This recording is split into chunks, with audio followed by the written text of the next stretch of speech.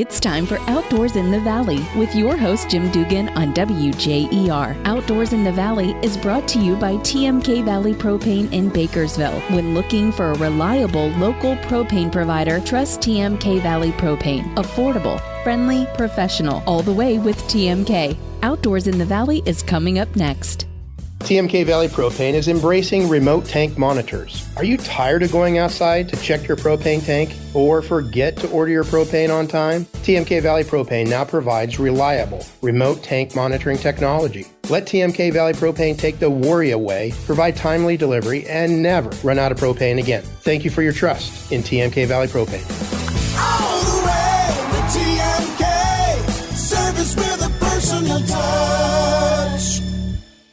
Welcome to Outdoors in the Valley with Jim Dugan on WJER. This week, we will hear from local birder Dan Kramer on the importance of bird feeder maintenance, why you should be composting. State wildlife specialist Jamie Emmert has advice for avoiding vehicle deer accidents, and New Philadelphia High School teacher Kip Brady updates us on a tick study he has been doing with his students in Tuscarawas County. Those stories coming up on Outdoors in the Valley. Thanks for tuning in.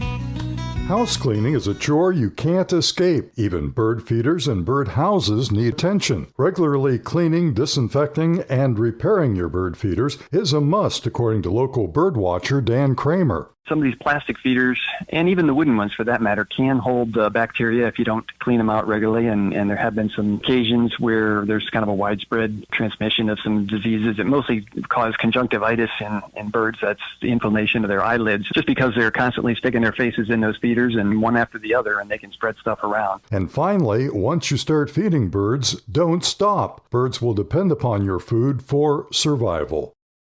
By now, many of us are exhausted from constantly watering our flowers and gardens. But here's how you can cut back on all that watering and save money too. Start composting. Compost soil holds more moisture than regular soil, conserving water, which will save you money. Compost is good for your plants, and you will be reducing waste while helping to fight climate change. It is easy to compost, and anyone can do it. Just go online for a number of composting websites to learn more.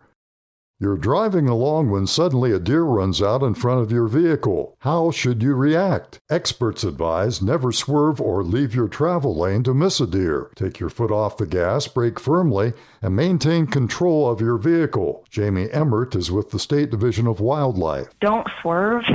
This may be a hard pill to swallow, but in reality, swerving to avoid an animal may result in losing control of the vehicle, and that could be even worse.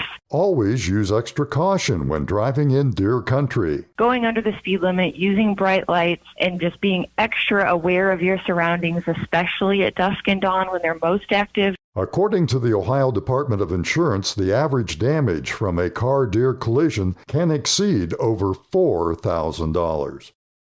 Environmental science students at New Philly High are collecting data on the black-legged tick in Tuscarawas County. That tick, often called a deer tick, can carry Lyme disease. Teacher Kip Brady heads up the project. When I first started teaching in New Philadelphia in 1999, there were no black-legged ticks known to be in Ohio. I think the first population of black-legged ticks that were identified in Ohio were in Coshocton County in 2010. Today, pretty much every forest I've been in Tuscarawas County, I will find black-legged ticks. Brady explains how students collect the ticks. We use a sheet of canvas flannel cloth called a tick drag, and we use that to flag across the vegetation, and then we collect them off the tick drags.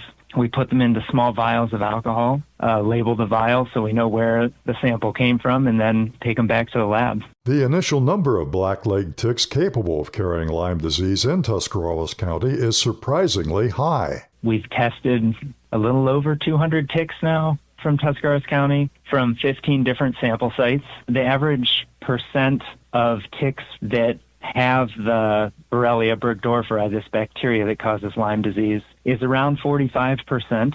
Some places have been low, like 10% of the ticks we've tested have tested positive. Some of the places have been very high, like 70% or more. Southern part of Tuscarawas County has higher prevalence. These findings are vital to researchers looking for connections between blackleg ticks and Lyme disease. You can't really understand this disease without understanding quite a bit about ecology. Where does the disease exist in the environment? How do the ticks end up getting it and spreading it? All this stuff is important to understand. Right now we have a website for the New Philadelphia City Schools Tick Project. We have a map on there that we update that has sample sites, and it tells you the number of ticks we've tested and the number that were positive. We have just as much Lyme disease in our ticks, it looks like, as they do in a place like Lyme, Connecticut, where the name comes from. That's New Philadelphia High School environmental science teacher Kip Brady. That's it for this week on Outdoors in the Valley. We would like to thank our guests, Dan Kramer, Jamie Emmert, and Kip Brady. If you have questions, comments, or story ideas, please email us at wjer@wjer.com. Miss an episode of the show? Check out the video section of wjer.com. Until next week at the same time, I'm WJER outdoor correspondent Jim Dugan. Enjoy your weekend. Thanks for listening to Outdoors in the Valley with your host Jim Dugan on WJER. Brought to you weekly by TMK Valley Propane in Bakersville. Online at tmkvalleypropane.com.